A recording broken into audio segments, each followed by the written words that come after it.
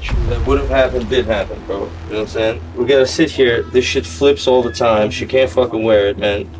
We need a fucking casting that doesn't fucking do this stupid ass shit. Okay. So a more sturdy casting. We usually do prototype to see how it fits. They didn't do no prototype. No, I did not. Honestly, no, I did not. You gotta solve this problem. You know what I'm saying? Not more sturdy, not less sturdy. Can't have this fucking loose ass bullshit going on. It's gotta be easy to wear. You understand? Okay. Okay. Now you got this. We got a customer that's inconvenienced. Fix this shit, man. My name is Mickey Trax, guys. You're watching Trax Uncut. Don't go anywhere. Look into my heart and sing. The next 5 years is so dependent on these young people that are working here, man. Get here, man. Get here, man. Get here, man. Get here, man. Get here, man. I'm Yash, TraxNYC. I'm the store manager downstairs. Today we had Riss and Quan come in. It's always nice to see them. Riss and Quan, if you're watching this, hey, what's up? When you go to sell them, even if you got a couple thousand under retail, it's the fact that you pay taxes on it that kind of makes it look like a loss on it. But that's pretty much it. So it's not too far. I don't want to take a hit of some sort doing this either. You know what I'm saying? So that's the only thing that I'm worried about. But I'll do the best that you can for him. You know, it's our friend. For the 39 millimeter, and it's 2015. It's pre-owned, but if you look at the condition, and it still comes with a complete set. Well, it's like the in between that. Yeah. See? So if you held it for about 5 years. All right, let's go. I guess I'll go with Steven. Let's go. Let's go to the adventure. To do it correct, you got to go up to the mothership. Cool, that's all that matters. It's the before. All the dirt and all the grime from wearing. This is a beautiful ring. I delivered this in Dubai. What's up, Eric? Sure. I need to use the ultrasonic. Already looking better. Check the inside, still needs a lot of cleaning and shit.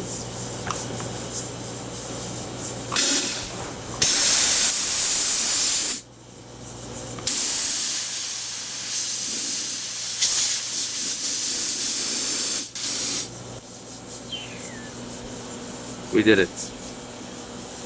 Cleaned it immaculately, inside and out.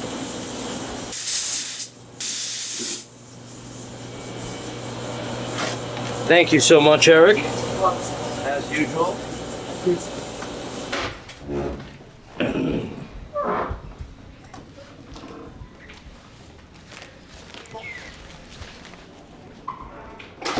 Like brand new.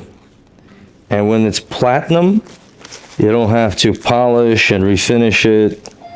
So that's why you want your engagement rings to be made out of platinum, not 18 karat gold. 18 karat gold is soft, it's gonna scratch easy. Well, this is not gonna do none of that. And it's gonna get a little scratched after time, obviously, it's a metal, but it's much better. And look at the way those claw prongs are sitting there.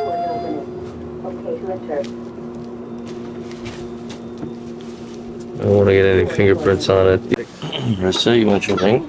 Yes. Thank you. Oh, so much better. Right? Right. Huh? Yes. Thank you. Thank you.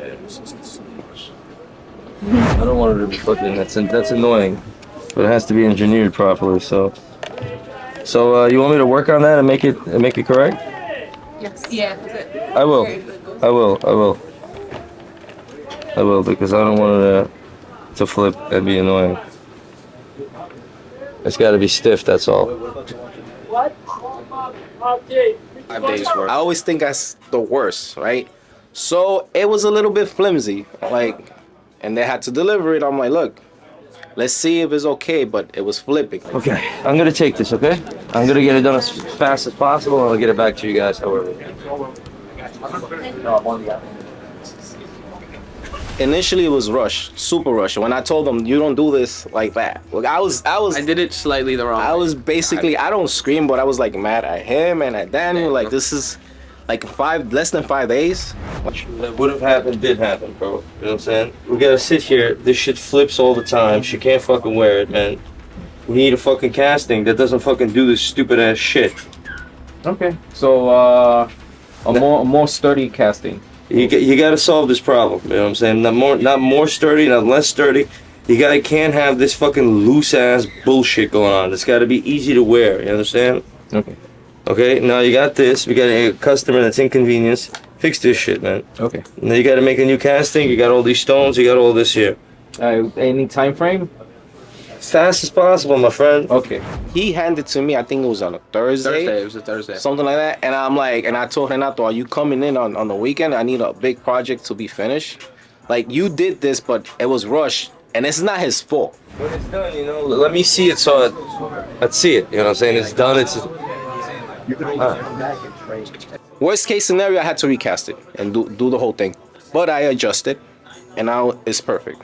And I got the opportunity to be the watch buyer for TraxNYC, so that means every watch that we have here at TraxNYC, I personally source, which is a new market for us. If we have old clients that are looking back from 3 or 4 years from today, we've never really had the watch selection that we've had until now.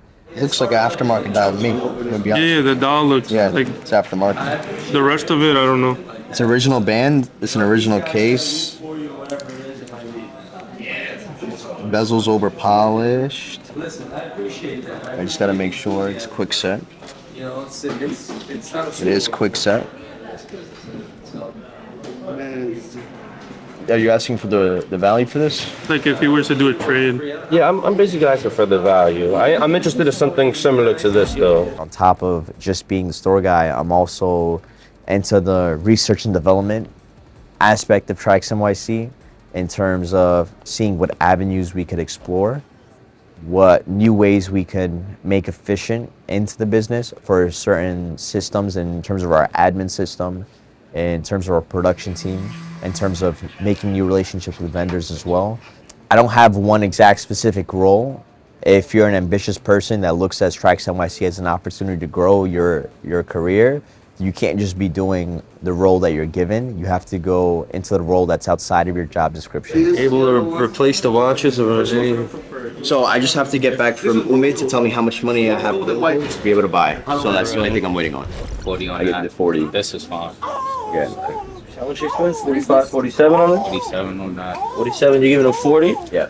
Well, you could go up. I mean, you know what I'm saying? If it's a gap of a couple of $1,000s or whatever it is.